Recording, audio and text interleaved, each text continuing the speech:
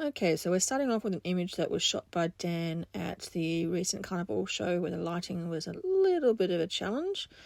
So we have an image here where the main subject is pretty much all red.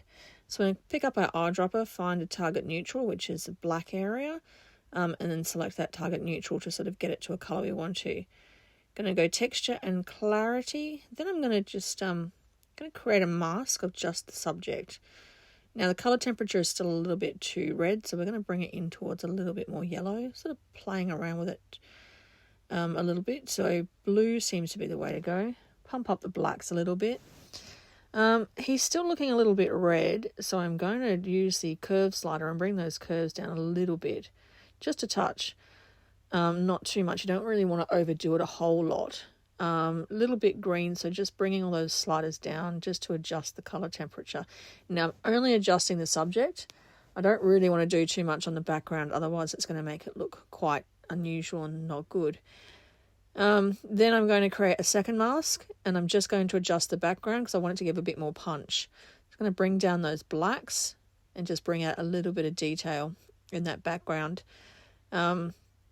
I'm not going to adjust the colour too much because I don't want to really change it too much. If I play around with it, see here playing around with the green, for example, brings out some really weird colours. So I really quite prefer it to be quite a punchy red. So I'm just going to adjust that and just remove some of the greens and things just to make it look a little bit more natural. Doesn't really need a lot of adjustment, but I just want to play with it.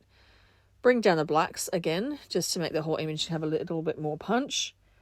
And basically that's sort of all I'm really going to do other than up the vibrance.